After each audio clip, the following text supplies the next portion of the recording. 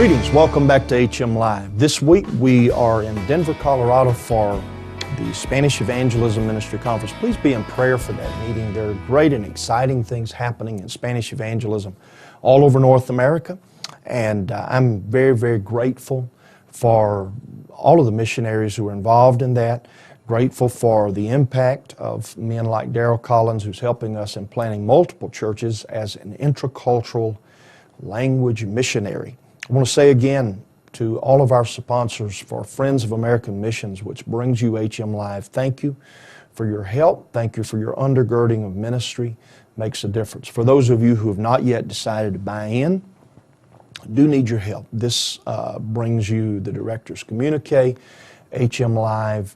We're going to be setting up, hopefully we'll have in place PayPal account where you could do this online, and there's all kinds of options to contribute and to participate. Thank you for your support of the home missionaries of the United Pentecostal Church. We're coming in on the end of the fiscal year. We've been blessed with some great offerings. At the same time, I would like to say to you that if you would like to be a last-minute supporter and donor for this year, we really could use additional help. I'm talking for several weeks here about surviving the maze of church planting. I've done 3 previous sessions, dealt with 5 particular topics in those 3 sessions. If you've not seen those yet, please go back and spend a few minutes. It's about the things where we hit the wall. It's about the blind spots. It's the places that we stumble over. This is going to be a little bit shorter session than some of the previous ones. I talked last week about people and the need to minister to people, connecting with people, focusing on get them here and keep them here. Now, let me just tell you that a lot of home missionaries end up getting hung in the maze because they spend too much time responding to those who complain. Here's the reality. New churches collect odd people. People who have interesting theology, people who are a problem, people who have emotional and mental as well as spiritual challenges. And when you start a new church, I just hadn't seen this not happen very often. When you start a new church, it's not long before you begin having an assortment of people come together. And pretty often they come together with a lot of energy and vitality, along with much complaining about the church that they used to attend and how much better it is where you're at now in this home missions church. And of course, it's not long in most instances before those people who are part of this assortment and array of people, they get to complaining and criticizing what you're doing as well. I wonder sometimes if maybe one of the things God uses in the early process of church planting is other people other than the home missionary, because nothing will unveil what you are made of like other people. Maybe God has to find out early on if the church planter is going to be knocked off course by what other people have to say, or their ideas, or their plans, or strategies for this new church.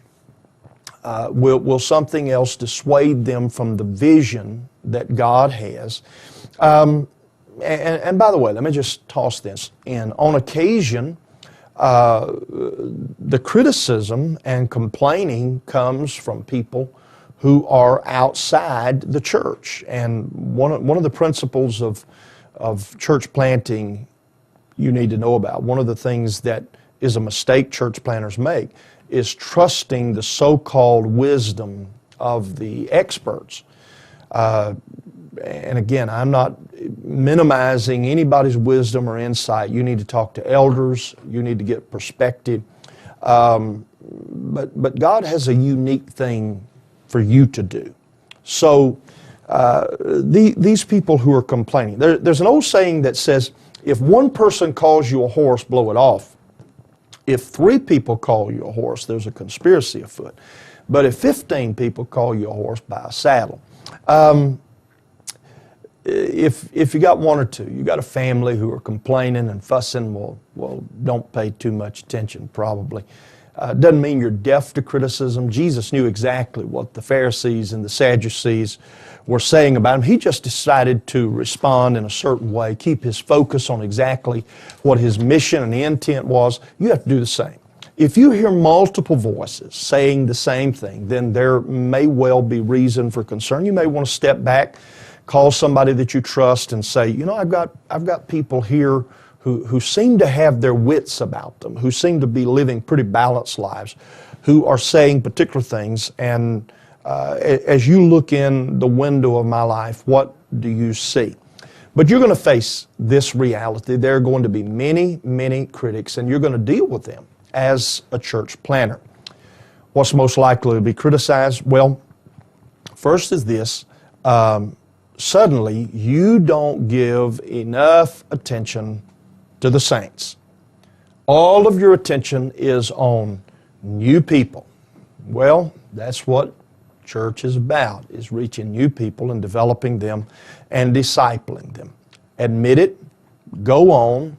These so-called saints who are part of your church, they should be helping you with reaching and discipling new people. If they can't catch that vision, then it's probably best that they be elsewhere. Don't change your approach. Keep teaching your home Bible studies. Keep driving the van on Sunday morning. Bring kids to church. All those things. The second thing that's going to be criticized, you'll have people who expect the same lifestyle to be exhibited in a new church with new people as there was in the old church that they came from.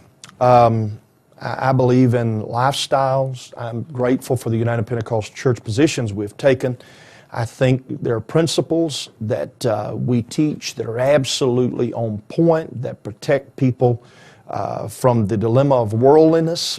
And I say to our pastors, I don't think we're going the way of the world. I don't think that's where we'll be in 15 years.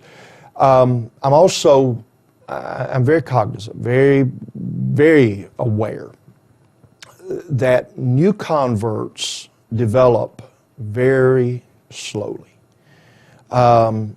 It takes 3 to 5 years. It's going to take that long to transition. Now, you're moving people that direction, but don't let criticism, and by the way, don't take your new converts to meetings where they're going to get doses of truth that they're not mature enough to receive. You don't take a baby to a hard hat zone.